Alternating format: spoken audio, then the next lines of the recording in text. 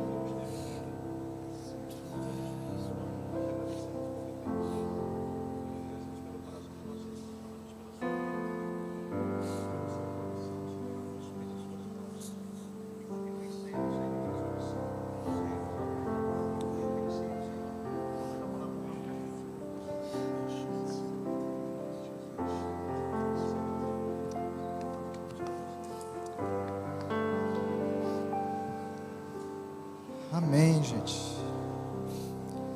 É um dia peculiar porque eu percebo que eu estou não numa transição, eu já estou numa transição há algum tempo, mas eu estou em dias de fechamento e abertura. Fechamento de um ciclo para abertura de um novo ciclo. E nesses momentos de transição, quem já passou e quem vai passar, não é que nós ficamos confusos, nós não temos confusão, nós temos clareza do que precisamos viver nos próximos dias, nos próximos anos. Mas a vivência prática disso parece que na nossa mente demora um pouco mais para ser processado.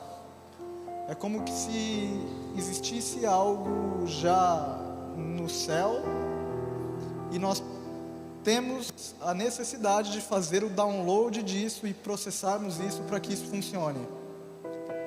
Então eu acredito que nós estamos mais ou menos, eu e minha casa, nesse lugar.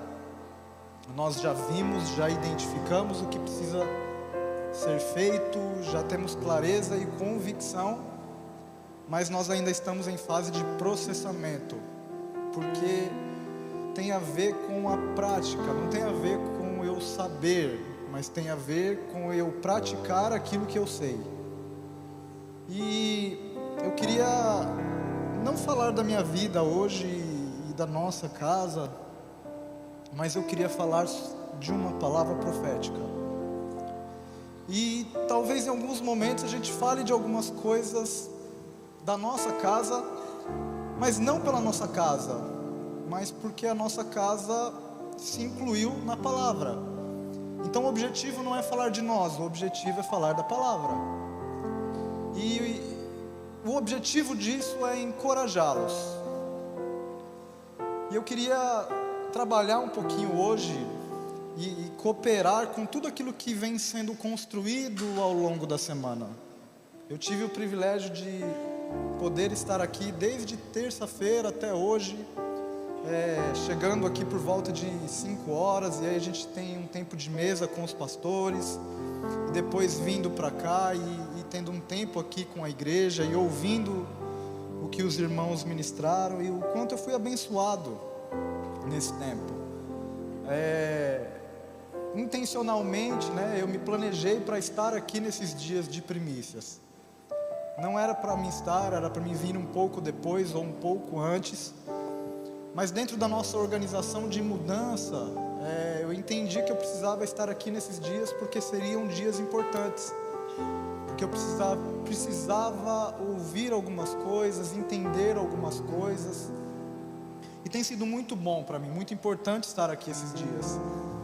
E essa palavra Betânia, uma casa dos amigos de Jesus, isso me abençoou e tem me abençoado muito, e tem feito muito sentido para a minha vida.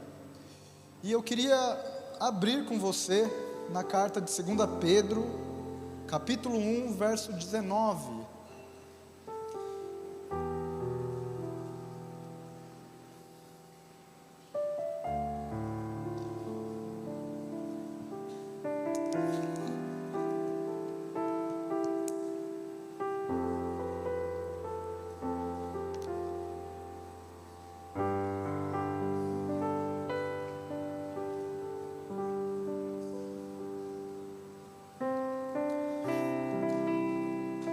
Olha o que fala aqui: temos assim tanto mais confirmada a palavra profética, e fazeis bem em atendê-la, como uma candeia que brilha em lugar tenebroso, até que o dia clareie e a estrela da alva nasça em vosso coração. Até aqui, gente, um verso.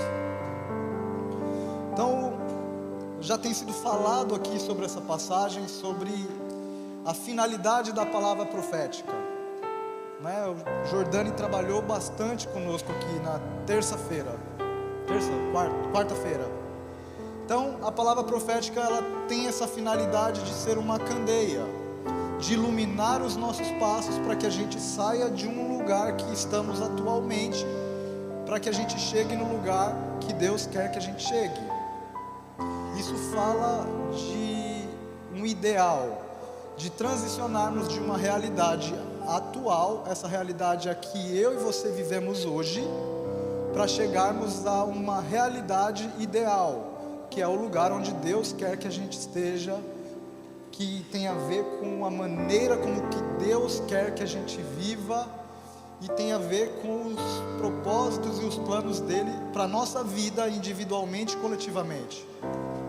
Então a finalidade da profecia é sempre apontar um caminho. A profecia, ela não é um fim em si mesmo, mas ela aponta para o fim. E quando os dias de cumprimento chegam, a profecia perde o seu sentido. Ela só serve enquanto os dias ainda não chegaram. Quando os dias chegam, ela perde o seu sentido. Por isso que no fim de todas as coisas, a profecia cessará, mas o amor permanecerá. Não é assim que Paulo fala aos Coríntios?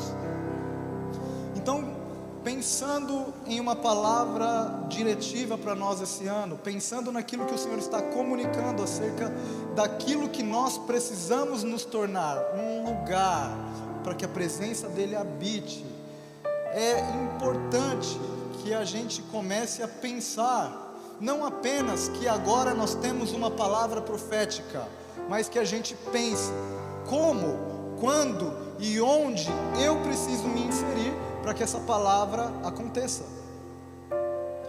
Então a gente tem uma mania às vezes muito feia na igreja de idolatrar. Uau, eu tenho uma profecia, eu tenho uma palavra profética, Deus falou comigo, e isso é muito bom. Deus precisa falar conosco mesmo, e a intenção dele é falar conosco, e eu tenho certeza que se você esteve atento esses dias que você passou aqui, Deus falou com você. Mas a questão é, não tem a ver com o que Deus falou conosco, tem a ver com aonde Deus vai nos levar com aquilo que Ele nos falou. E para isso, nós precisamos estar atentos. E nós precisamos começar a pensar sobre como, quando e onde. Fim de ano é muito legal, porque nós fazemos vários planos. Primeiramente, a gente deixa para trás os planos que nós fizemos e não cumprimos. Mas aí a gente se consola porque acabou o ano, então vamos deixar isso para trás e agora nós vamos fazer novos planos. E aí a gente faz novos planos. Só que uma coisa muito interessante é que nós somos muito generalistas nos nossos planos. Então, por exemplo, qual é o meu objetivo para 2024? O meu objetivo é ter uma vida diferente. Mas diferente em quê? É muito amplo. Nós precisamos saber o que, nós precisamos saber como, nós precisamos saber quando. Sempre que nós temos um objetivo, né?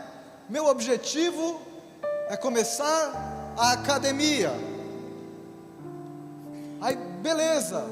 Meu objetivo é começar a faculdade. Ok, é um bom objetivo. Mas como? Quando? Aonde? Porque é isso que vai nos levar a cumprir aquilo que nós temos como meta. E a palavra profética deve ser para nós uma meta, um objetivo, um lugar aonde Deus quer nos levar. Por isso que nós precisamos pensar como, quando e onde. Porque isso tem a ver com a prática da palavra profética.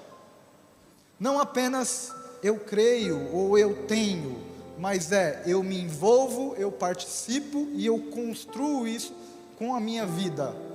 E é isso que nós falamos sobre encarnar uma palavra. Tem a ver com aquilo que está em cima, aquilo que Deus está falando, a minha vida personifica, cumpre e comunica. Esse é o serviço dos profetas. Eles não só falam, mas a vida do ofício profético tem mais a ver com aquilo que ele é do que com aquilo que ele fala. É óbvio que aquilo que se comunica é importante, mas aquilo que a pessoa é e o estilo de vida que ela tem é muito maior do que aquilo que ela fala. Por isso que João era o maior dos profetas, porque ele não era apenas um anunciador, ele era o cumprimento de uma palavra. Ele encarnou algo e a vida dele comunicou aquilo que Deus disse antes. Então é importante que a gente fique muito atento às coisas que Deus está falando, para que a gente se torne participantes. Em outras palavras, para que a gente encarne isso na nossa vida e deixe de ser apenas uma palavra profética, que um dia Deus vai cumprir, sabe-se lá quando, como, nem onde. Porque às vezes a gente fica muito no campo místico da coisa. E é óbvio, eu sei que tem coisas que Deus fala e que nós não sabemos como vai ser, quando vai ser. E isso acontecia com os escritores bíblicos também. Mas se você vê eles falando, eles dizem que eles questionavam a Deus o tempo todo acerca daquilo que eles mesmos estavam profetizando. Porque nós precisamos criar essa habilidade de interagir com Deus. E sabe qual que é a minha impressão? Por que Deus faz assim? Deus já não é claro e objetivo. Sabe por quê, irmãos? Porque eu acredito que Deus, Ele quer ver o nível de interesse que nós temos naquilo que Ele está falando. Então Ele espera ser questionado. Ele fala alguma coisa, mas Ele espera que a gente questione mais. Era essa a prática dos discípulos. Jesus ia a uma multidão, contava uma parábola. Eis que o semeador saiu a semear. Ele terminava, a multidão ia embora. Os discípulos chegavam no lugar da intimidade e falavam: o que o Senhor quis dizer com eis que o semeador saiu a semear? Que semente é essa? Que terra é essa? E aí ele vai falando e detalhando acerca daquilo que ele havia falado em parábolas. Então, meus irmãos, Deus, Ele está interessado em ver o quanto nós estamos interessados naquilo que Ele está falando. Porque eu me interesso com aquilo que eu estou a fim de viver. Não é assim? Então, o quanto nós interessamos, fala do quanto nós estamos dispostos a viver. Então deixa eu te falar uma coisa que para mim tem feito muito sentido nos últimos anos, e eu tenho vivido a minha vida assim.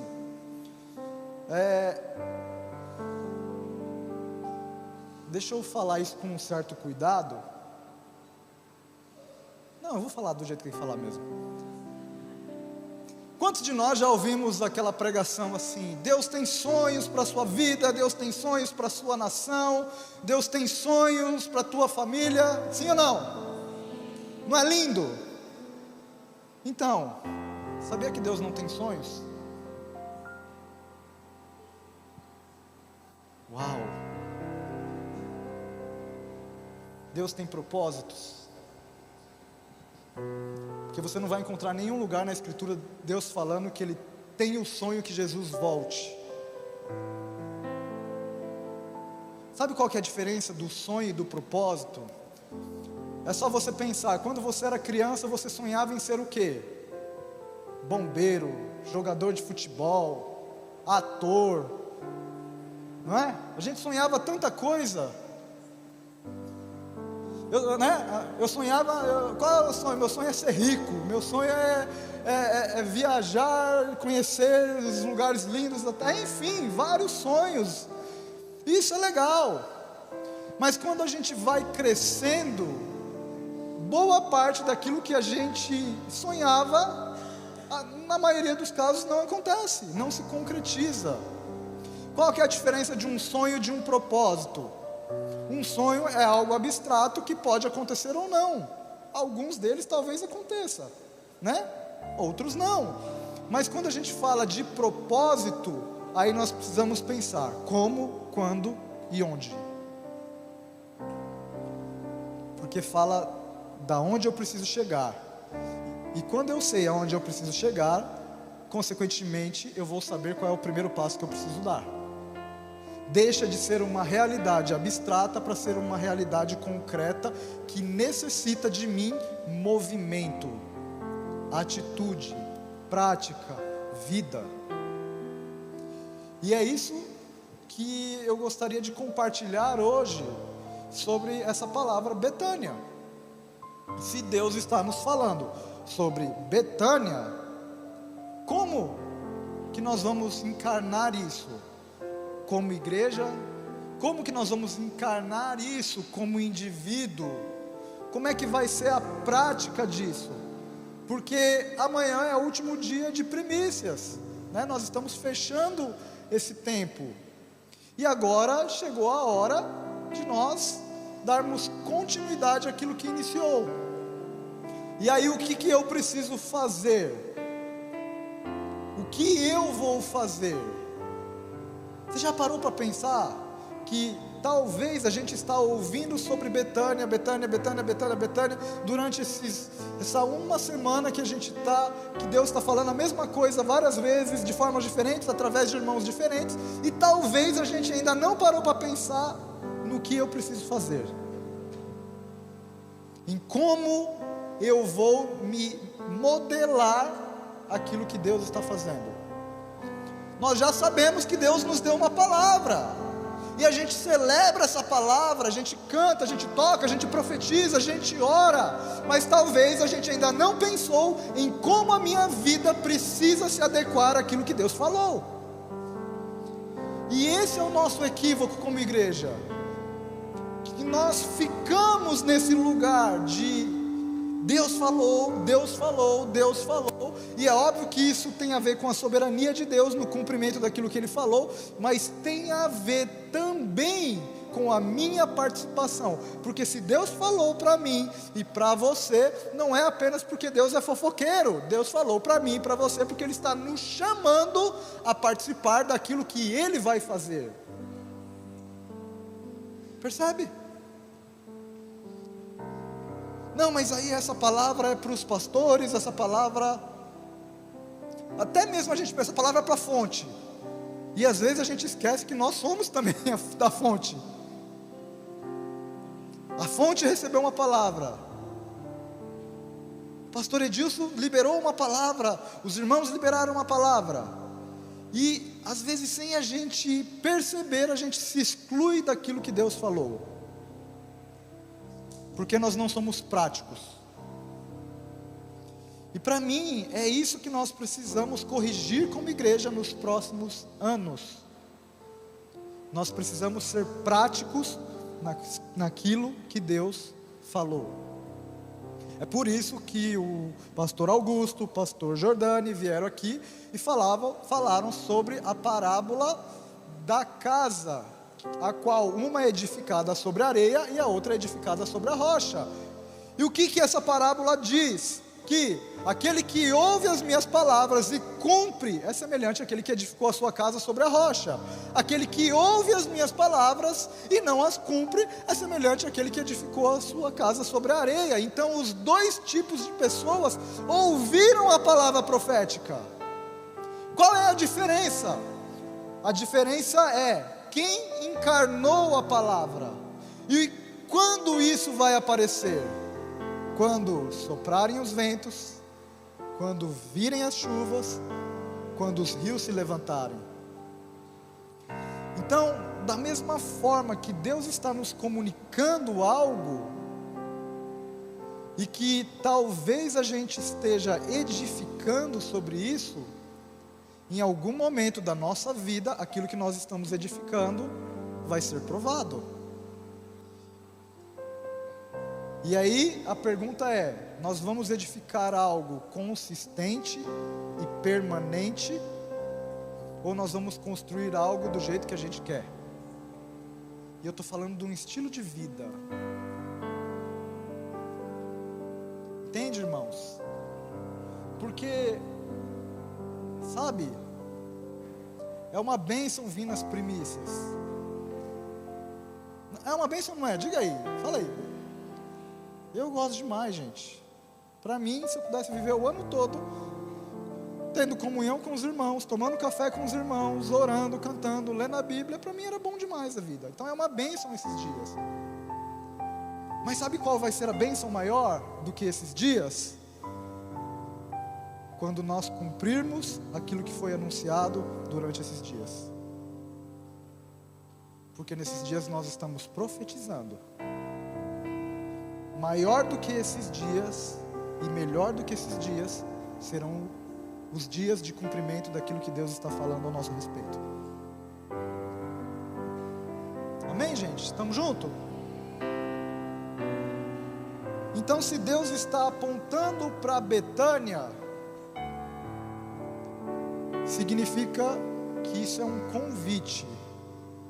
E que cada um de nós aqui que está ouvindo isso está sendo chamado por Deus para esse lugar de amizade, para esse lugar de relacionamento com o nosso amigo e com os amigos do amigo.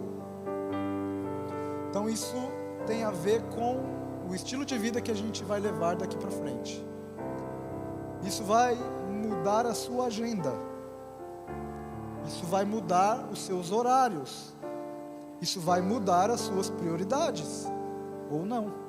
Ou vai ser só uma palavra profética que não tem um fim em si mesmo.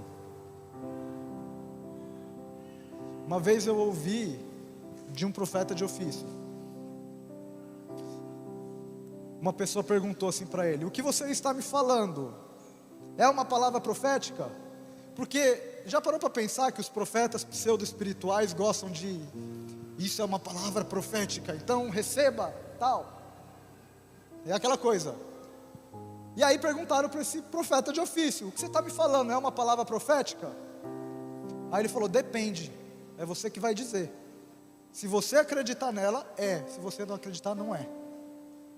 Porque é sua responsabilidade viver isso ou não. Então Betânia pode ser para alguns uma palavra profética diretiva, para outros não. Vai depender o quanto isso vai afetar a nossa vida, o quanto isso vai comprometer a nossa agenda, o quanto isso vai trazer mudanças práticas e radicais no nosso dia a dia. Amém, gente? Estão comigo? Então, eu queria que você abrisse também comigo lá no livro do profeta Jeremias, capítulo 1, verso 19.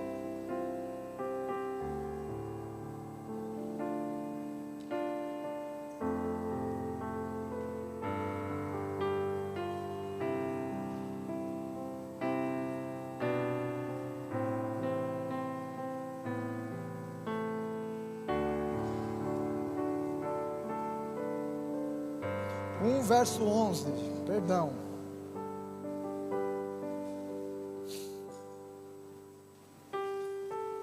Nós estávamos conversando sobre isso lá em cima e o pastor Edilson falou sobre isso aqui, trouxe um entendimento e me deu muita clareza quando ele falou.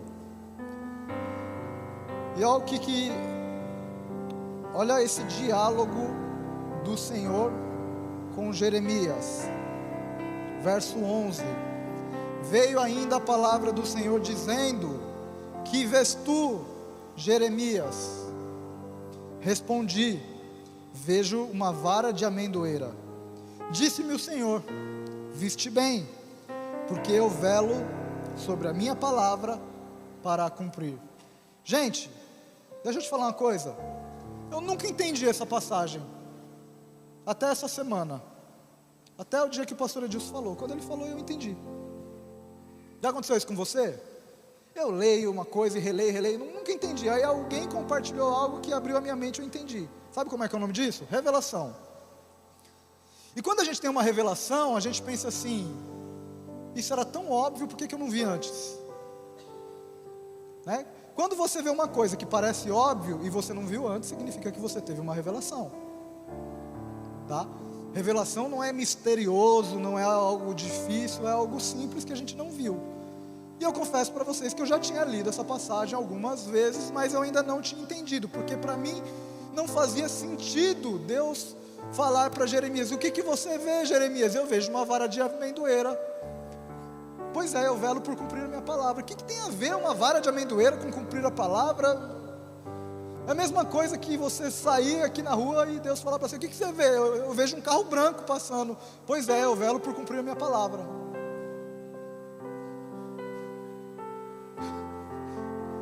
Gente, nunca entrou na minha cabeça isso, eu nunca entendi.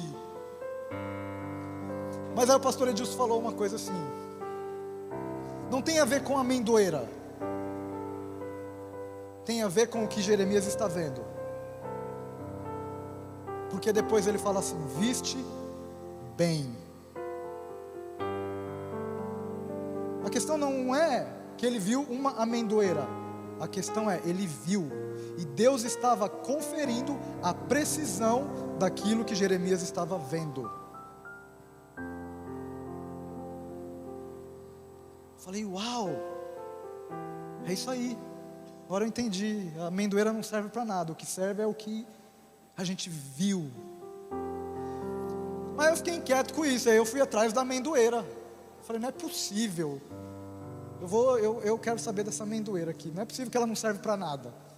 Aí eu fui atrás da amendoeira, e eu descobri que a amendoeira, ela pode ser traduzida aqui como um cajado, não só uma vara, como por exemplo a vara de Arão que floresceu. E uma coisa interessante da amendoeira é que ela é uma árvore, um cajado que marca o final de uma estação e o início de outra. Por quê? Porque quando encerra o inverno, ela é a primeira árvore a florescer, a começar a florescer. E ela é a primeira árvore a amadurecer, a dar fruto. Então é entre janeiro e março o tempo onde ela começa a florescer e o tempo que ela está madura. Sabe o que tem a ver a amendoeira aqui com a profecia de Jeremias? Deus estava comunicando por meio da amendoeira que, da mesma forma que a amendoeira marca uma estação, Deus estava abrindo uma estação. E que as coisas que Deus estava falando, da mesma forma que a amendoeira amadurecia rápido, se cumpririam rápido. Por isso que Jeremias é um dos profetas que profetiza e vive aquilo que ele profetizou. Por exemplo, o cativeiro. Ele anuncia durante 25 anos o cativeiro, E ele não morre antes do cativeiro, ele vai para o cativeiro e continua profetizando no cativeiro. Tudo aquilo que ele viu antes, tudo aquilo que Deus falou que iria acontecer, aconteceu muito rápido. E ele fez parte do cumprimento daquilo que ele mesmo profetizou. Por que eu estou falando de Jeremias? Porque a minha percepção é que o que Deus falou nesses dias e que abriu uma janela para nós, são coisas que não vão demorar a acontecer. Sendo bem claro, nós não somos Betânia, mas nós vamos nos tornar com muita velocidade, porque a profecia é como uma candeia que vem numa noite escura, para iluminar o caminho, até que isso se torne um dia perfeito. Sabe o que isso tem a ver? Que talvez nós não sejamos amigos de Jesus, mas que existe um convite, e se nós entrarmos dentro disso, nós podemos com muita velocidade nos tornarmos aquilo que Deus está nos chamando para nós nos tornarmos. Percebe? Essa é a função da palavra profética, nos tornar aquilo que Deus está nos chamando para que a gente seja. E eu gosto muito de um termo que eu ouço de um pastor, ancião, que ele fala que como igreja nós precisamos nos divorciarmos do mundo, porque tem a ver com aquele que é amigo do mundo, é inimigo de Deus. Então, se eu quero ser amigo de Deus, eu preciso ser inimigo do mundo. Então, eu gosto muito dessa frase desse pastor. Nós, como igreja, precisamos nos divorciar do mundo. O que é isso na prática? É todo tipo de comportamento, mentalidade, cultura, seja isso de forma a qual nós saibamos conscientemente ou não, nós precisamos abandonar, para que então a gente entre nessa realidade onde nós vamos ser aquilo que Deus está nos chamando para ser, esse lugar onde Deus venha e habite e descanse e fique à vontade. Então é um tempo para mim de reflexão, por isso que é prático. Quando há uma transição, tem a ver com nós entendermos o que termina nesse ciclo e o que inicia. Então, se é um tempo de sermos amigos de Deus, nós precisamos olhar para a nossa vida e ver qual área da nossa amiga ainda é inimiga de Deus, para que a gente encerre esse ciclo e entre naquilo que Deus está nos chamando para sermos. Isso tem a ver com nós sondarmos a nossa mente, o nosso coração, os nossos hábitos, as nossas prioridades, os nossos valores, o nosso estilo de vida. Porque Deus está fechando um ciclo e está abrindo outro. E nós estamos sendo convidados a entrarmos nessa janela de oportunidade do favor de Deus. Amém, gente? E por isso que eu usei o termo, é uma janela de oportunidade do favor de Deus. Então há um favor de Deus para nós deixarmos as coisas do mundo nesses dias. Coisas que nós não conseguimos deixar, e que às vezes a gente luta e tenta e não consegue. Há um favor de Deus nesses dias para que a gente consiga. Há uma graça sobre nós, para que aquilo que a gente precisa viver, a gente viva, e para que aquilo que a gente não deve mais viver, a gente abandone. Porque tem certas coisas na nossa vida, gente, que é só Deus que nos capacita, principalmente com áreas as quais nós repetimos padrões, coisas que nós não conseguimos deixar de fazer. precisa de uma intervenção de Deus. Então há um favor para esses dias, e nós precisamos entrar nisso. Amém, gente?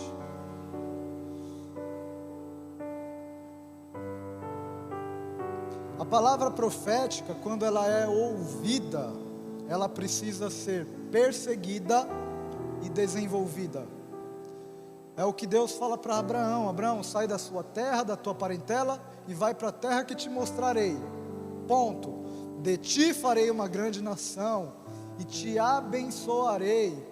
Amaldiçoarei os que te amaldiçoarem, abençoarei os que te abençoarem.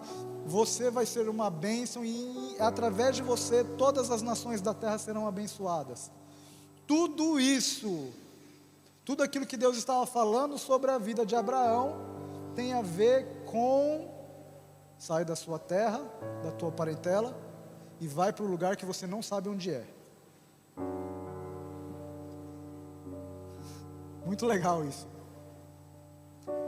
porque a profecia é assim: nós temos clareza de alguns aspectos, mas de outros não.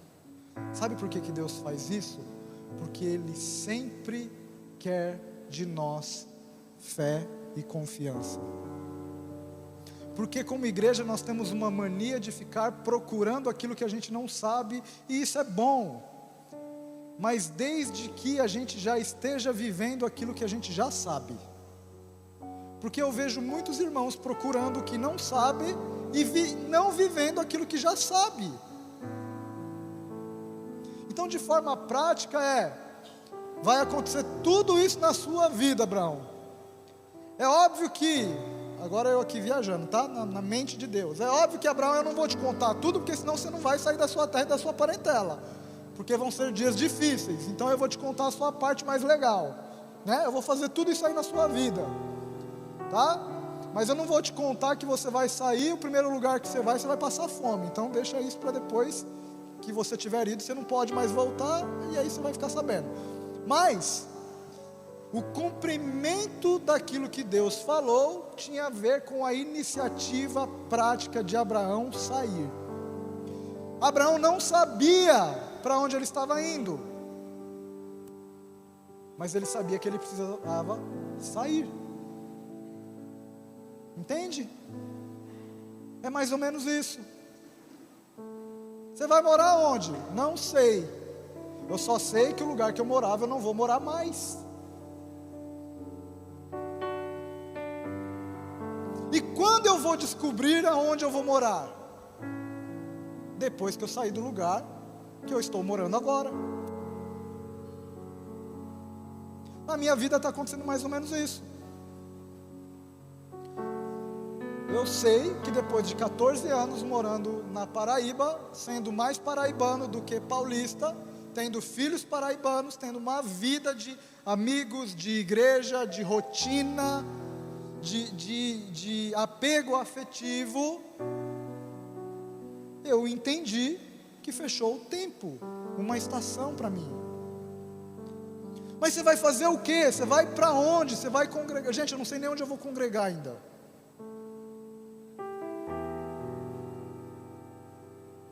Mas eu sei que eu não vou congregar mais aqui o ano que vem. Entende?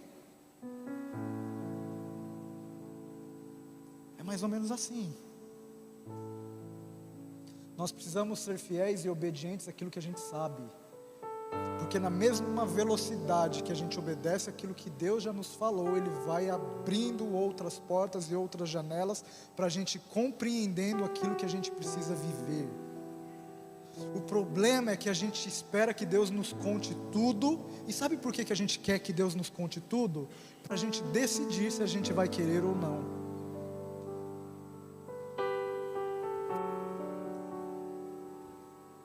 É assim ou não é, gente? E Deus está nos chamando para uma jornada de confiança. Aonde nós vamos morar, não importa, desde que o lugar onde a gente mora e o Senhor more também. Aonde nós vamos congregar, não importa, desde que o lugar que a gente congregue, os amigos de Jesus estejam lá também.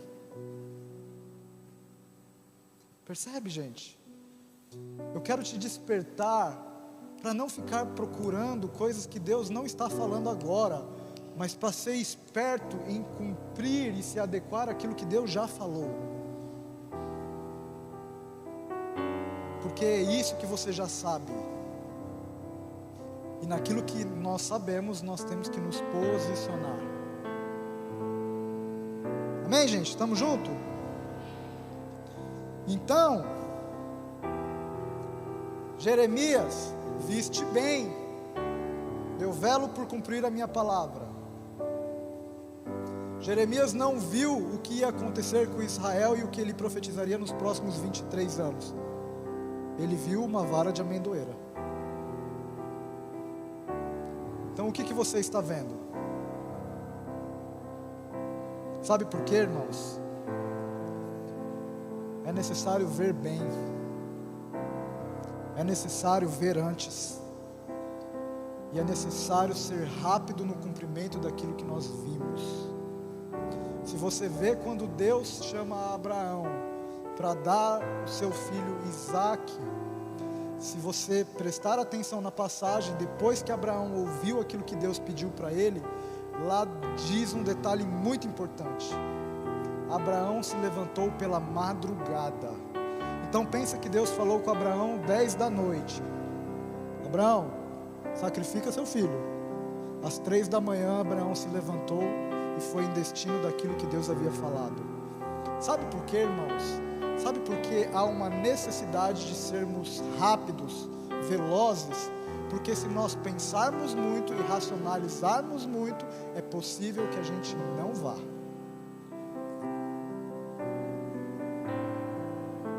Então tem coisas na nossa vida, sabe? Interessante o que o pastor Augusto falou aqui. Talvez hoje seja o dia de você fazer uma oração perigosa. E é legal essas orações perigosas, sabe por quê? Porque a gente não pensa muito. Você já fez uma oração e depois você falou: meu Deus, o que eu fui orar? Agora já era, eu já falei, Deus já registrou.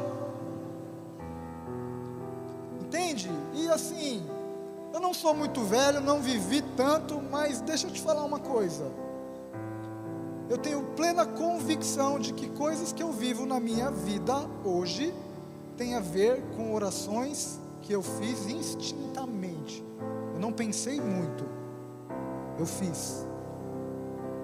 Porque isso tem a ver com o nosso coração. Eu falei aquilo que eu queria e que eu precisava falar para Deus. Ainda que depois a gente fale: meu Deus, vou orar para Deus para falar daquilo que eu não queria ter orado, para Deus consolar o meu coração. Sabe, gente? Então, para mim, essa parábola de Jeremias tem a ver com a velocidade da nossa obediência em relação à palavra que o Senhor está nos falando. Porque sabe uma outra coisa que eu tenho aprendido também? A palavra do Senhor é como uma onda. Ela vem. E nós precisamos pegar a onda. Porque se a gente não pegar, a onda vai passar. E a gente vai ter que esperar a próxima. E a gente não sabe quando a próxima vem. Por isso que é para hoje, é para agora, por isso que é urgente, por isso que a gente não pode demorar, por isso que a gente não pode racionalizar muito, a gente só precisa saber o que eu tenho que fazer, de forma prática. E aí, meus irmãos, quando? Agora. Quando que eu vou ser amigo de Jesus? Agora. Quando que Betânia vai se manifestar? Agora. Onde?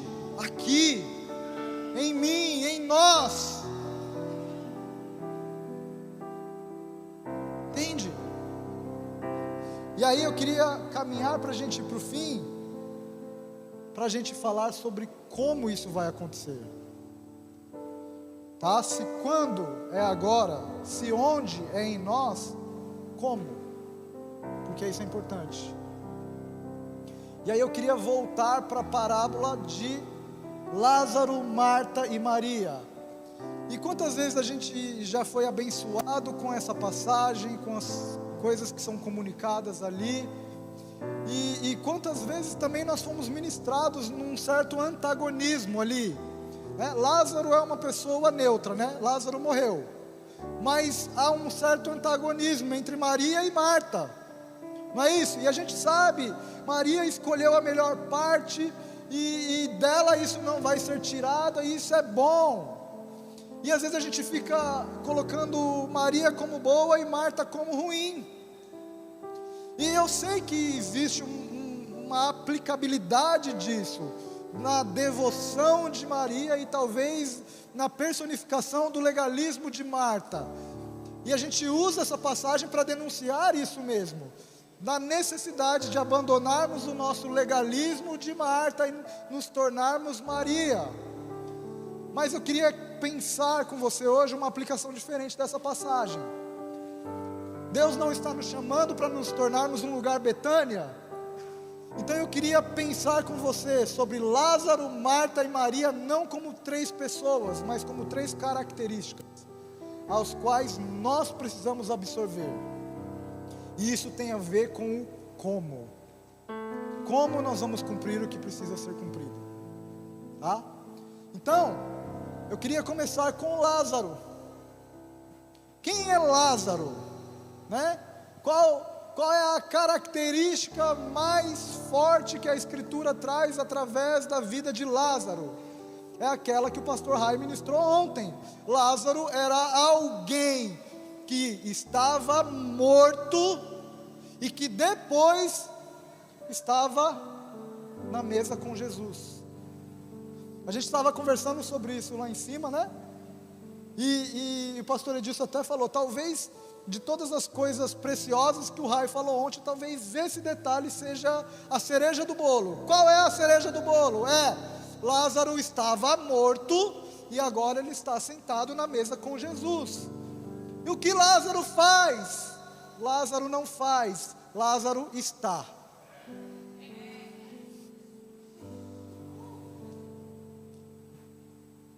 Só que tem um ponto aí, irmãos. Lázaro passou pela ressurreição. Então, se nós queremos ser um lugar Betânia, esse lugar vai ter que ser um lugar de pessoas que morreram e que experimentaram na sua vida o poder da ressurreição. É por isso que depois do pastor Augusto, o pastor Jordani veio aqui e falou muito sobre o novo homem. Porque quem é o novo homem? É Lázaro. É o que estava morto e agora está na mesa de Jesus. Irmãos, a gente precisa parar de se enganar. Uma coisa que eu tenho falado, normalmente a gente fala isso na mesa de pastores, mas eu vou falar com vocês, né? Porque vai que você é um pastor e não sabe, né? Então eu vou falar logo para todo mundo. Sabe por que a gente se cansa muito como igreja às vezes?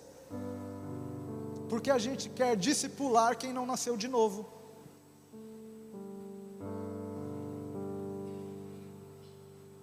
Aí conhece aquele ditado popular, dá murro em ponta de faca? É isso aí. É você tentar aplicar os valores de Cristo e do seu reino em quem ainda está vivo. Como eu falei no começo, em quem ainda não se divorciou do mundo, ele é amigo do mundo. Então os valores do reino de Deus são incompatíveis com ele. E aí eu vou te falar mais uma coisa que eu falo na mesa de pastores. Fala ou não falo? Falo. Não sou misterioso, né? Vou falar logo. Isso não tem a ver com o irmãozinho que acabou de chegar na igreja. Isso tem a ver com os crentes velhos. E vou falar mais, já que é para falar eu vou embora mesmo, né? Como diz o pastor Jordani, né? Depois o pastor Edilson arruma tudo aí, né? A gente causa confusão, depois ele arruma. Então eu vou falar logo. Já que nós estamos num lugar de amigos de Jesus, eu vou falar sem parábolas. Porque Jesus falava sem parábolas para os amigos dele. Para aqueles que não eram seus amigos, ele falava em parábolas. Então, vocês são amigos de Jesus, então eu vou falar sem parábolas. Muitas vezes a gente senta em algumas rodas de irmãos e pastores e a gente começa a conversar sobre as coisas do reino de Deus, mistérios do reino de Deus e tudo que está associado ao reino de Deus. E aí parece que a gente está falando e está explicando, e explica de novo, e desenha, e pinta, enfim. Gente, isso acontece algumas vezes. Aí chega no final, não entrou na mente do irmão, ele não entendeu nada. Parece que eu fui claro, o outro irmão foi claro, todo mundo foi claro, porque como é que esse irmão não entendeu? Aí um dia Deus falou comigo sobre isso. Cara, eu gosto de ensinar, sabe? E aí às vezes eu pegava algumas pessoas e olha, eu gastava todas as minhas fichas, eu explicava de todos os jeitos que eu sabia. Eu esgotava tudo e no final, o irmão não tinha entendido. Aí eu achava que o problema era eu, né? Eu falei, cara, eu preciso arrumar um outro jeito para explicar isso melhor. Aí um dia Deus falou comigo. E sabe o que eu entendi? Aquilo que o Senhor fala a João. Nicodemos, para você ver o reino de Deus, você precisa nascer de novo.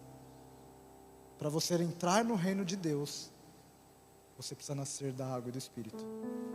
E aí sabe qual a brilhante conclusão que eu tive? Que tem alguns irmãos que estão na igreja há muitos anos, que são líderes, são pastores, mas que não nasceram de novo.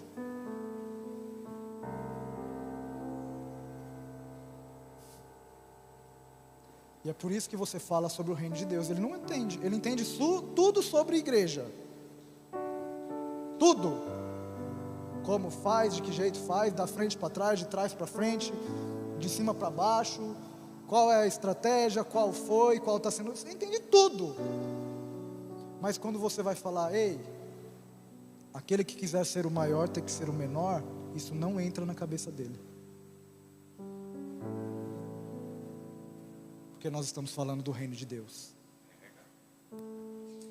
E para ver e entrar, você precisa nascer de novo. Você precisa ser Lázaro. Você precisa estar morto e ressuscitar para sentar na mesa de Jesus, porque lá Ele vai ensinar tudo o que nós precisamos saber. Então, irmão, se nós queremos ser um lugar Betânia, sabe, nós vamos ter que experimentar na nossa vida essa realidade do novo homem. Cara, eu sou uma nova criatura. As coisas que eu fazia eu não faço mais. As coisas que eu pensava eu abandonei ou eu estou abandonando. E se eu estou com dificuldade eu vou ficar desesperado e vou pedir para alguém me ajudar, pelo amor de Deus.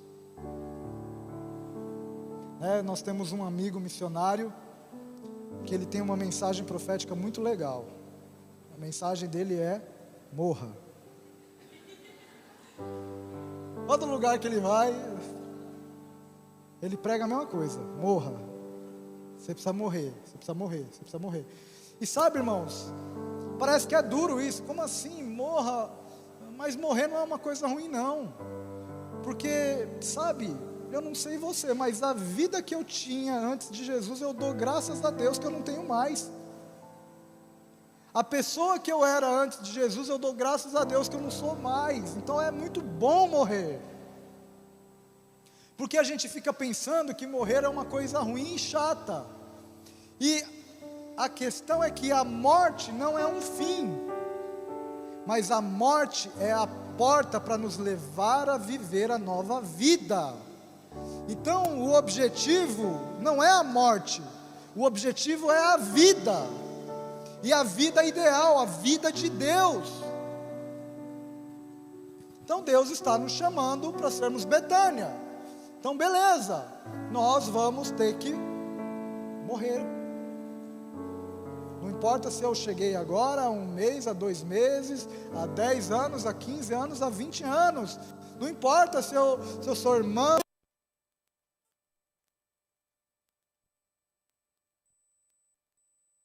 Todos os dias eu vou ter que reconhecer que na minha vida existem maneiras de pensar que não condizem com a vontade de Deus. E eu vou precisar me arrepender. Eu vou precisar identificar que existem ações e reações que não condizem com a palavra. E aí eu vou precisar abandonar. Sabe? Não tem a ver com...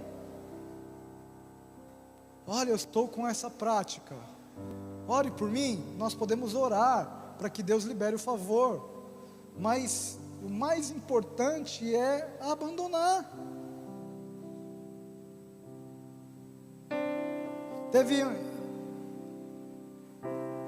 Não vou dar esse exemplo. Esse é muito bom.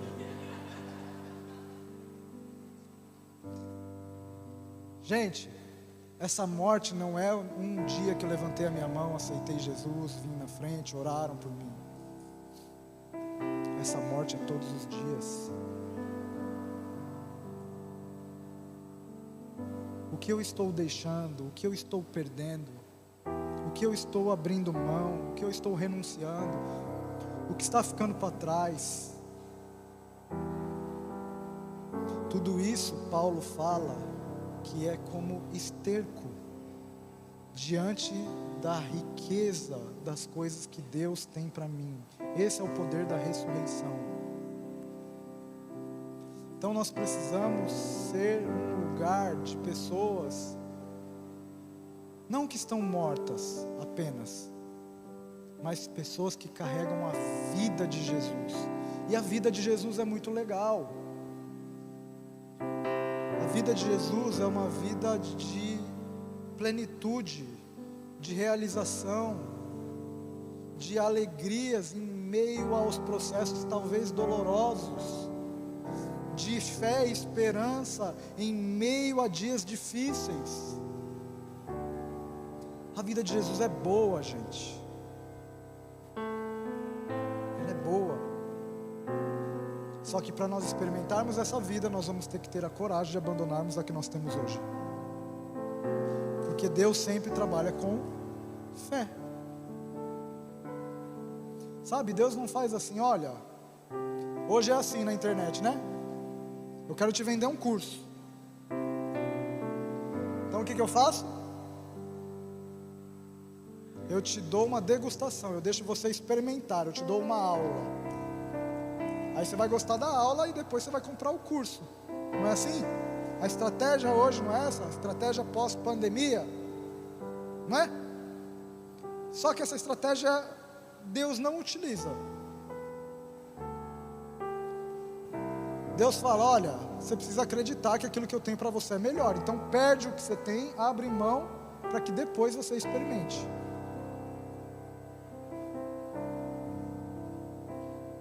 Isso é fé. Então Deus está nos chamando para esse lugar de fé, porque sem fé não há. Chamando para esse lugar de ressurreição. Nós precisamos ser Lázaro nesses dias. Como o pastor Rai falou, nós precisamos estar satisfeitos com o verbo estar. Está fazendo o quê? Estou fazendo nada, eu estou. Ponto. Porque esse estar vai te levar para uma segunda característica, que é Maria, que é uma vida de devoção. Por isso que não adianta querer inserir na vida daquele que não nasceu de novo, daquele que não passou pela morte, disciplinas espirituais. Irmão, você precisa orar mais. Irmão, você precisa ler a Bíblia mais. Irmão, você precisa jejuar mais. Irmãos, você precisa amar mais a Jesus. Não tem como. Se ele não passou pela morte, pela ressurreição, se ele não se viu como alguém que estava morto numa cova, sentado num lugar de honra, num lugar de aceitação, não pelas coisas que ele faz, mas simplesmente porque Jesus colocou ele ali, Jesus amou a ele. Se ele não vê isso, ele não vai conseguir ter uma vida de devoção. Mas essa pessoa que estava morta e agora está num lugar de honra, porque Jesus colocou ela ali, porque Jesus puxou a cadeira e chamou ele para sentar naquele lugar, essa pessoa que sabe que não merecia estar ali, mas está porque o Senhor o colocou, essa pessoa vai olhar para o seu Senhor e vai amá-lo de todo o seu coração, de toda a sua alma, de toda a sua força, de todo o seu entendimento. Por isso que não dá para a gente fazer um pseudo-discipulado de vou te ensinar as práticas espirituais. Ore 3 vezes ao dia assim, leia a palavra assado, participe da campanha. Se essa pessoa não sentou na cadeira de Jesus, ela não vai conseguir.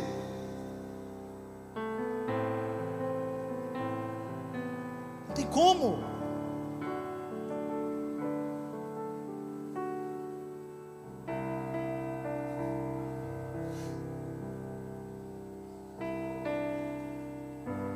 Talvez Jesus está puxando a cadeira para você hoje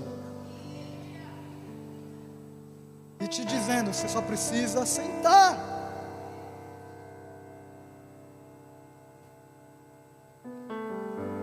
Sabe, isso exige fé de nós, porque a gente carrega muitas culpas ainda, e a gente acha que para a gente sentar, a gente precisa fazer muitas coisas antes.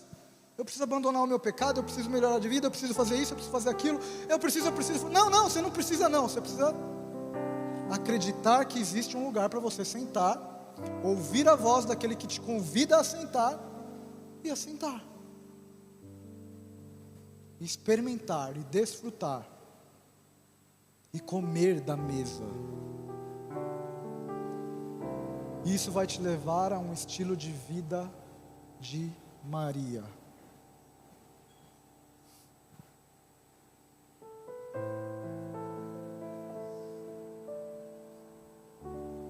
Sabe qual é o próximo lugar depois da cadeira? Os pés. Nós nos sentamos na cadeira que Ele nos deu, e por causa disso, nós vamos aos seus pés. E aí a gente começa a desenvolver uma vida de devoção, né? Que não é uma vida devocional, é uma vida de devoção. A prática devocional está dentro da vida de devoção,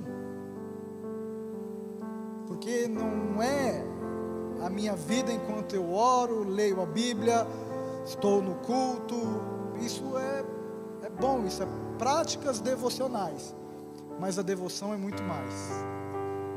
A devoção tem a ver com eu tenho a oportunidade de fazer algo a qual o meu Senhor desaprova, e eu não faço. Isso é devoção. Devoção tem a ver com o Senhor estar no centro da minha vida. Sabe, quando nós passamos pelas fases da vida, não é? Nós começamos como solteiros. Quando eu sou solteiro é legal, porque eu posso ir aonde eu quero ir, mas eu não tenho dinheiro para ir, então eu não vou. Não é assim? Eu posso ir onde eu quero ir. Duas coisas: ou eu não tenho dinheiro para ir, ou os meus pais não deixam, então eu não vou. Aí depois eu caso. Aí eu casei.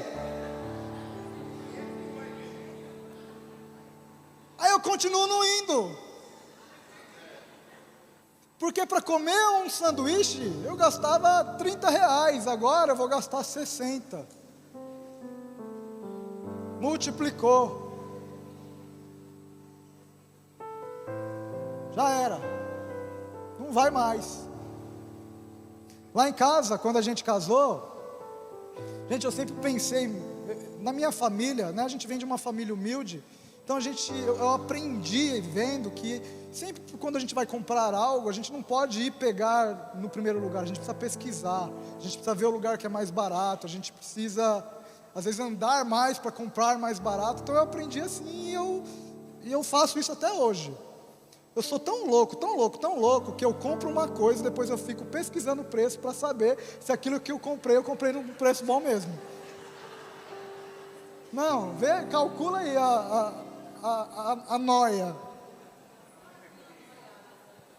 Então aí, eu apliquei a minha estratégia ao casamento. Então eu vou tomar um açaí, eu e a Adna, né?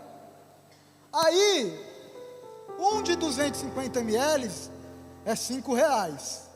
Então, se eu comprar um para mim, um para ela, vai dar R$10. Aí tem um de 700, que é R$10. Só que não são dois, é um só. Então eu vou ganhar 200 ml. Está acompanhando aí a matemática? Se eu comprar dois de 250, é 10. Aí vai ficar um para ela e um para mim. Não, eu vou comprar um de 700 porque é R$10 também. A gente vai ganhar 200 ml a mais, né? Vai esse aqui. Dá errado. No final é uma briga para saber quem que vai comer a última colher. Eu fiz isso, gente. Aí no final a Adna olhou para minha cara e falou: não gostei disso não, da próxima vez compro um para você e um para mim. Por quê? Porque é outra estação, a gente casou, a gente vai ter que aprender a dividir as coisas. Mudou. Quando a gente tem filhos, aí...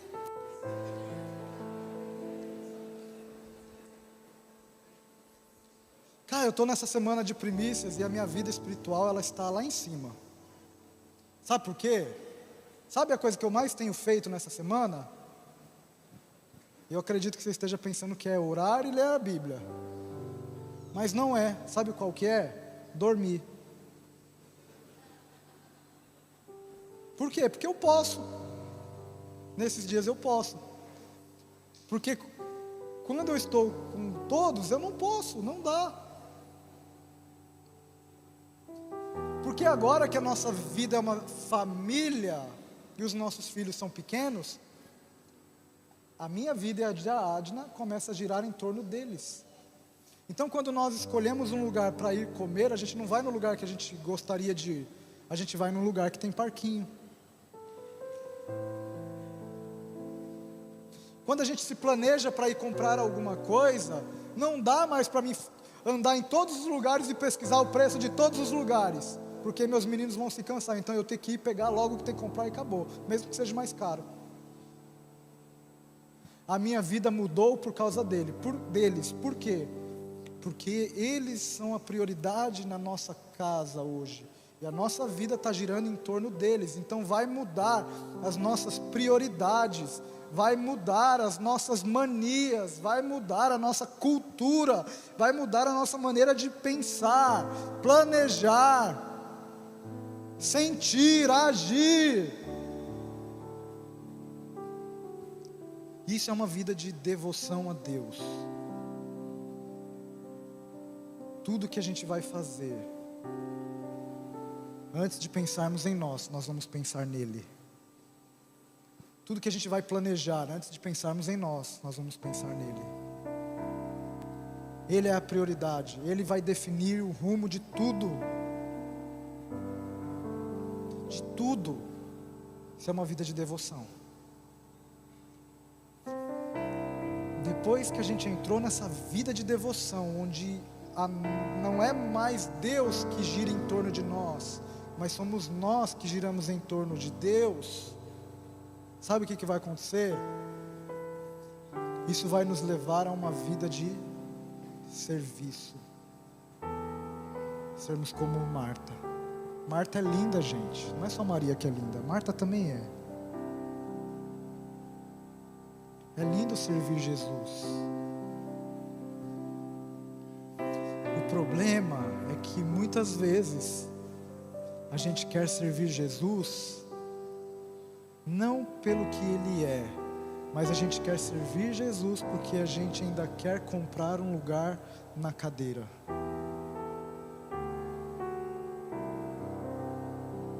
Não dá certo.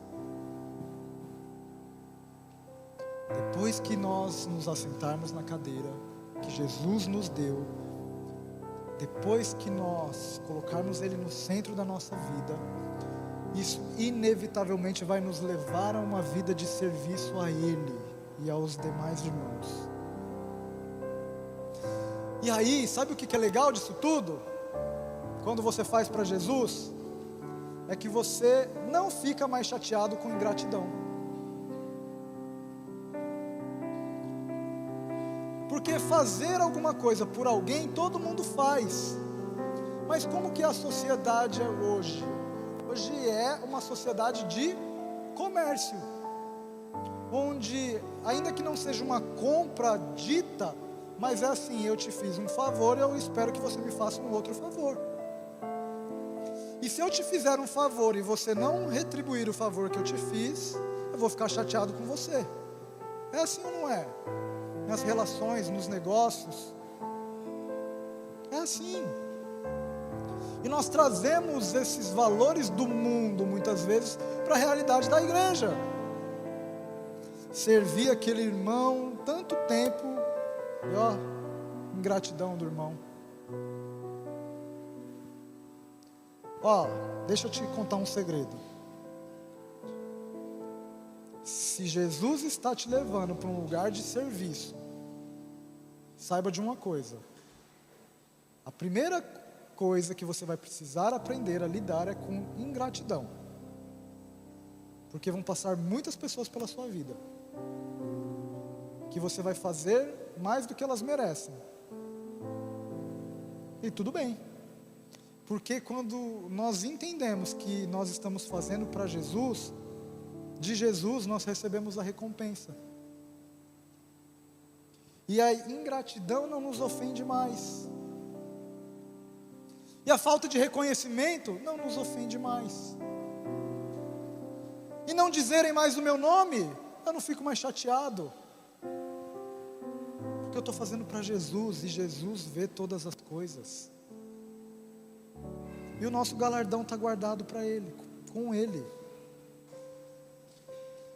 Então uma vida de igreja Betânia, ela tem a ver com isso: pessoas ressurretas, pessoas que encontraram um lugar de graça e favor na presença do Senhor, e pessoas que estão servindo umas às outras sem nenhum interesse.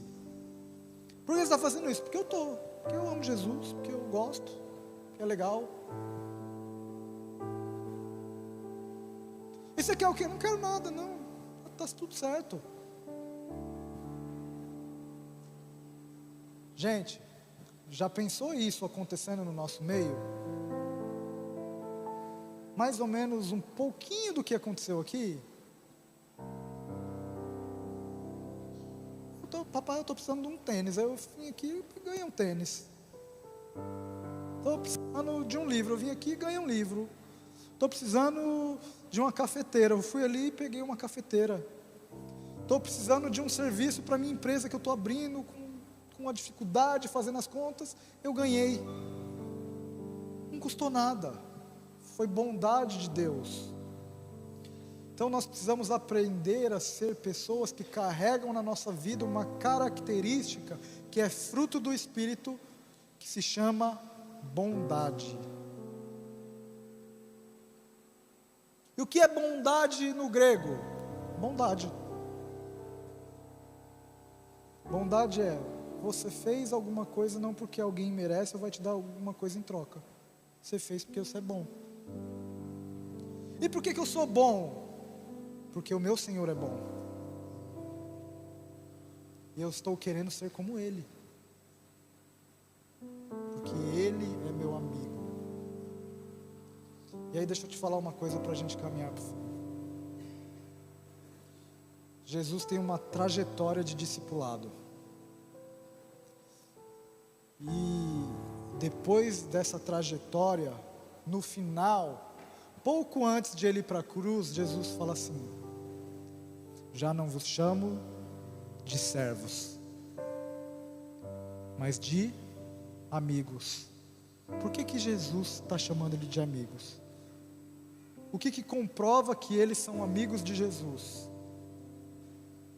Jesus continua: tudo aquilo que eu tenho ouvido do meu Pai, eu vos tenho dado a conhecer. Quer saber se uma pessoa é teu amigo? Quer mensurar isso? Não é só assim, mas isso é um sinal interessante. Perceba o nível de profundidade das coisas que essa pessoa te conta.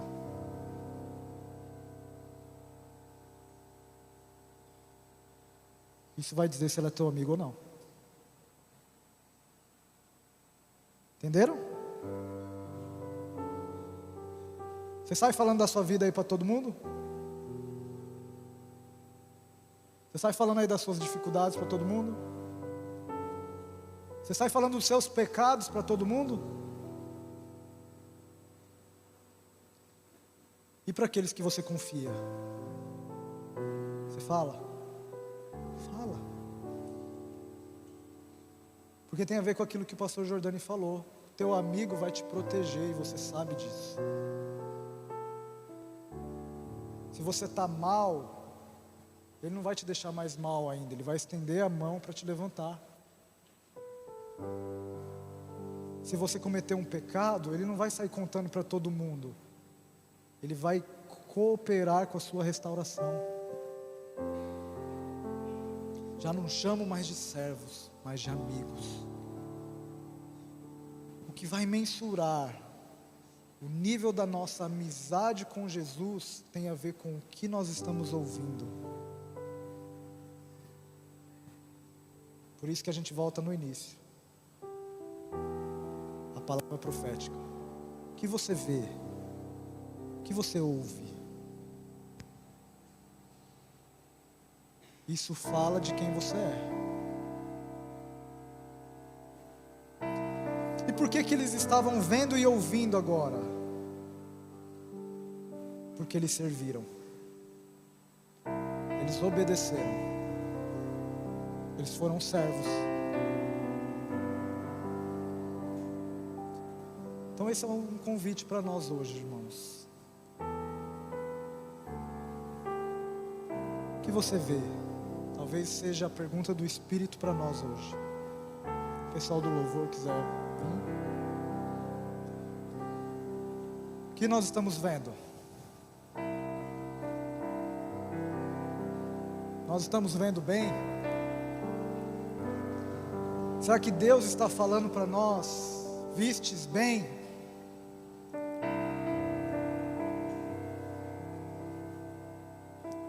Hein, gente, vamos aqui. Vamos perder, não.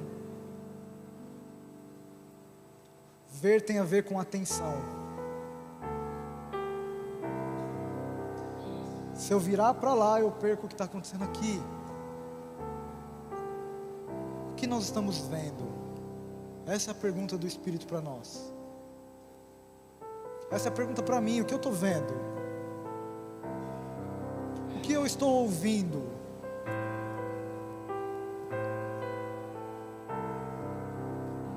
Será que nós temos uma resposta para que Deus possa dizer: viste bem? Aquilo que você está vendo vai acontecer e vai acontecer rápido. Aquilo que você está vendo vai se cumprir nos seus dias. O que nós estamos vendo? Nós estamos vendo uma casa de amigos, nós estamos vendo um ambiente preparado para Ele. O que nós estamos vendo? Ou nós estamos vendo problema, ou nós estamos vendo dificuldade, ou nós estamos vendo necessidade. O que nós estamos vendo? Eu queria orar para que a tua percepção fosse ainda mais aguçada nesses dias. Que você veja, que você ouça, que os teus sentidos espirituais sejam aguçados nesses dias por meio da fé. A fé, ela vem pelo ouvir. Você está ouvindo aqui repetidamente. O que você vai fazer com aquilo que você está ouvindo? Aquilo que você faz fala daquilo que você crê. E a grande questão aqui não é o que a gente faz, a questão é, nós estamos crendo? Ou é só mais uma palavra profética, ou é só mais uma programação, ou são só mais dias de ajuntamento, ou é só mais um começo de ano, que vai ficar para a memória. No ano de 2024, nós participamos das primícias e a palavra foi Betânia. Será que é só isso?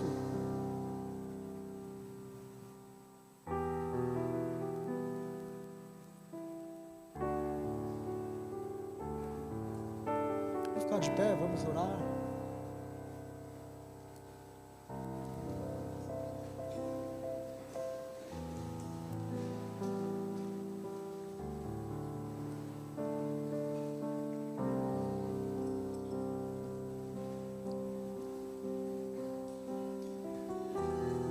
Eu queria que você visse hoje, que você ouvisse, porque eu acredito que o Senhor quer comunicar para nós hoje coisas práticas. Como, quando e onde. Como você vai se tornar essa pessoa Betânia? Quando? Onde? Eu queria que você pudesse concentrar a tua mente no Senhor, os teus olhos no Senhor,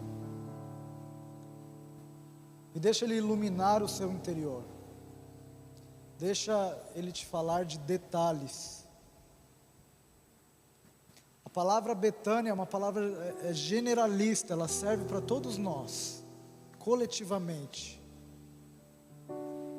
Mas tem detalhes disso que é para mim, tem detalhes que é para você, tem detalhes que são para cada um de nós. Deixa eu te contar a minha experiência, e é a minha experiência, para que seja didático.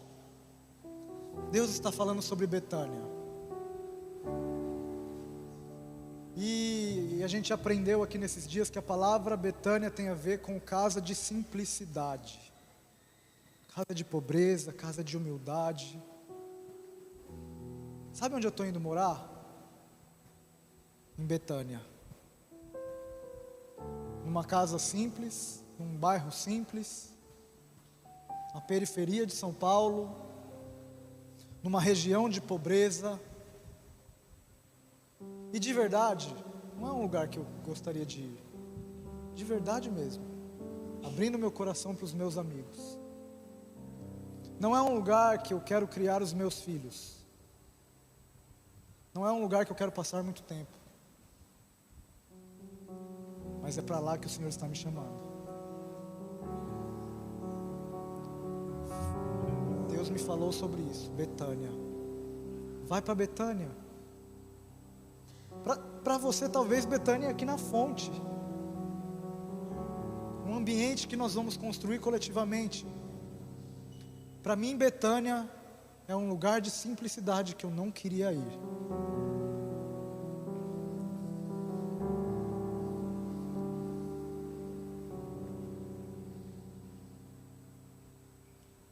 Mas que eu tenho convicção que a voz do Senhor está me chamando.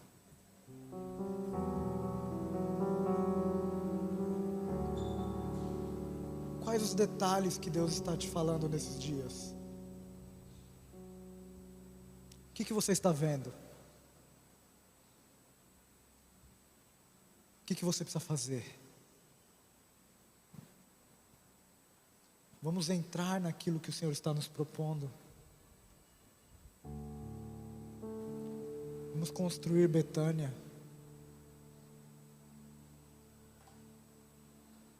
Vamos construir Betânia aqui na fonte, quando nós nos reunimos como igreja. Vamos construir Betânia nos nossos relacionamentos interpessoais. Vamos construir Betânia na nossa casa. Vamos construir Betânia no nosso trabalho. Talvez para alguns, no trabalho, um homem morto precisa aparecer lá. O homem que vai ouvir desaforos, que antes não tolerava, mas agora, porque é nova criatura, vai começar a tolerar. Isso é Betânia. Isso é se adequar à palavra profética.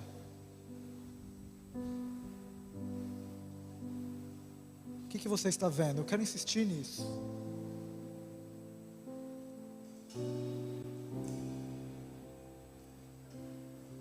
Sabe qual é a satisfação de encerrar um ciclo? Sabe que Deus me ministrou esses dias? Que quando nós encerramos um ciclo, normalmente nós temos a sensação de que as coisas estão inacabadas. E mais uma vez, abrindo meu coração, eu saio de João Pessoa com essa sensação de coisas inacabadas. Falando em relação à minha vida, em relação ao processo a qual eu coopero. Mas sabe o que é legal disso? O legal é que, ainda que eu tenha a sensação de que está inacabado aos meus olhos, para o Senhor não está. Porque nem sempre aquilo que a gente acha que Deus vai fazer do nosso jeito, vai ser do nosso jeito.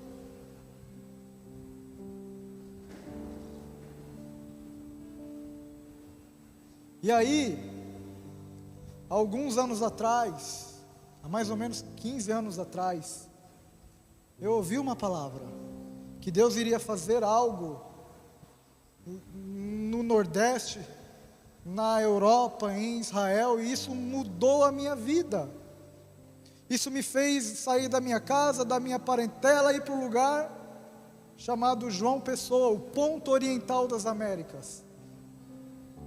Isso me fez ter um estilo de vida, isso me fez me relacionar com pessoas específicas. Isso me fez andar em lugares intencionalmente, com uma conduta intencional. Isso me fez ter uma família de filhos paraibanos. Isso fez muitas coisas na minha vida. Isso apontava para uma realidade, e ao longo desses 14 anos eu comecei a ver as coisas se cumprindo, coisas que eu vi e outros irmãos viram lá atrás, a gente no processo começou a ver acontecendo. Então a profecia, ela não serve mais, porque nós estamos em dias de cumprimento. E aí sabe o que está acontecendo? Há 15 anos atrás, nós não víamos pessoas saindo do sul e do sudeste para morar no nordeste, porque Deus iria fazer algo nessa região. Nos últimos 5 anos, talvez um pouco mais, nós temos visto muitas pessoas, não poucas. Pessoas de ministérios diferentes, de igrejas diferentes, pastores diferentes, mas há uma mobilização da parte do Espírito, trazendo pessoas do sul e do sudeste para o nordeste. O nordeste começou a ser mencionado no Brasil, não mais como um lugar de pobreza, não mais como um lugar de necessidade, um lugar de assistencialismo, mas o Nordeste começou a ser conhecido na nação como um lugar a qual Deus está fazendo algo.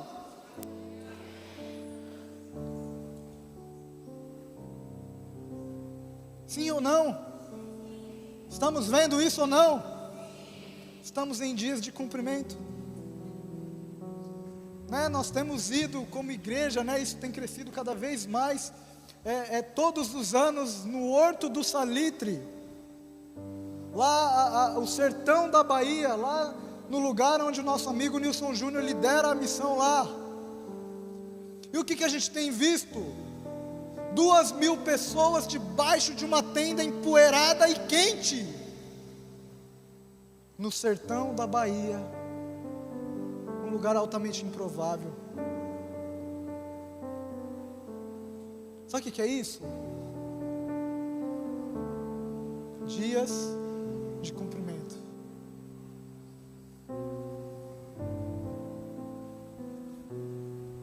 Nós estamos vendo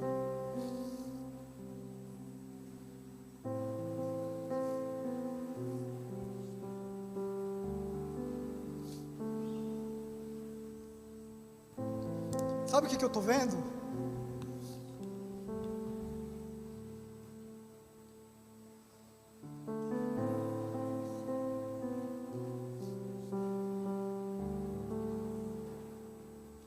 Eu estou vendo meus amigos indo para as nações.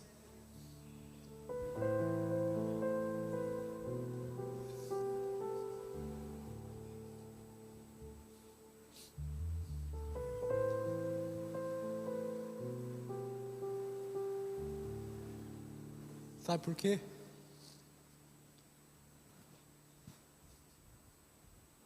Porque há 15 anos atrás, nós ouvimos que Deus levaria pessoas do Nordeste para as nações. E de verdade, eu acreditei.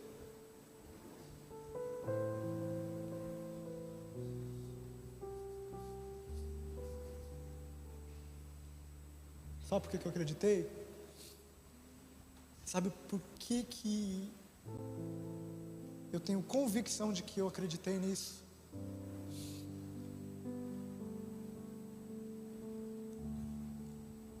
Porque eu saí da minha terra, da minha parentela, e eu fui para o lugar que o Senhor me mostrava. Porque o início do meu casamento foi aqui.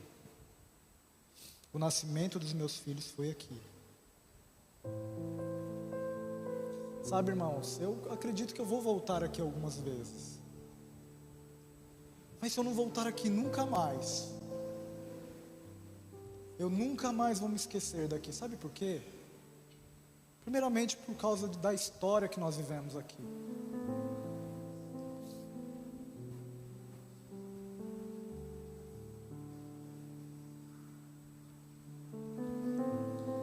Mas mais do que isso,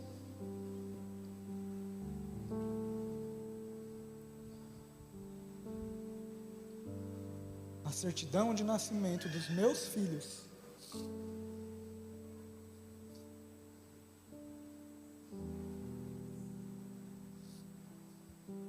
está escrito João Pessoa, Paraíba.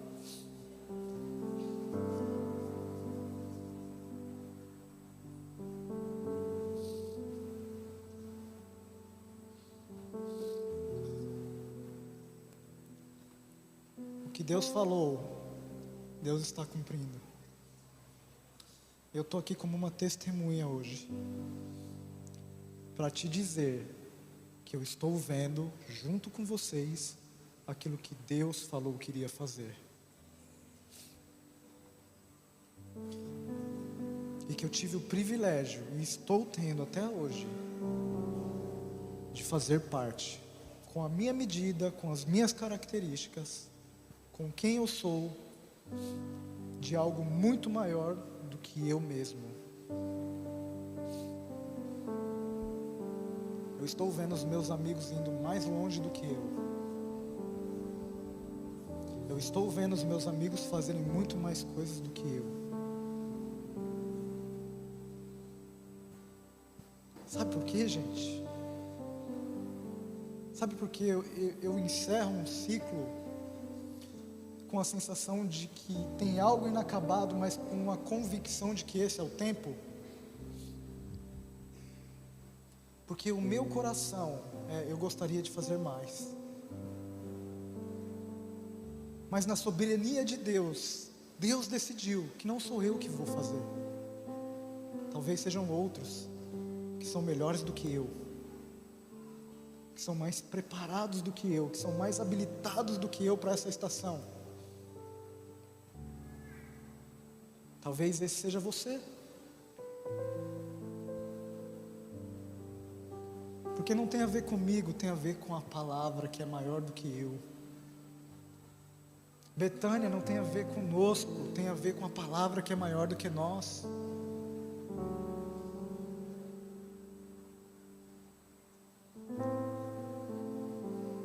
Sabe, irmãos? E deixa eu falar algo para algumas pessoas aqui, isso não é para todos. Quero falar com pessoas proféticas. Sabe o que é legal de ver antes? É que talvez você faça parte do processo, mas que quando o dia chegue, você não esteja mais.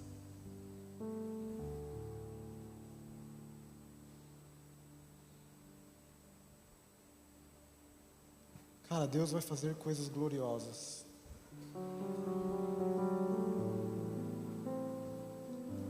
João Pessoa é uma porta para as nações da terra. É um lugar de intercessão. É um lugar que tem reunido amigos de Deus. É um lugar de homens, é um lugar que homens de Deus de vários lugares têm olhado e que sabem que esse é um lugar separado para Deus, para um propósito específico. Isso não é uma coisa que nós sabemos, que a fonte sabe. Muitas pessoas sabem. Muitas pessoas sabem que a fonte existe por causa da palavra de Deus sobre João Pessoa. Muitas pessoas conhecem vocês e têm expectativa no desenvolvimento de vocês.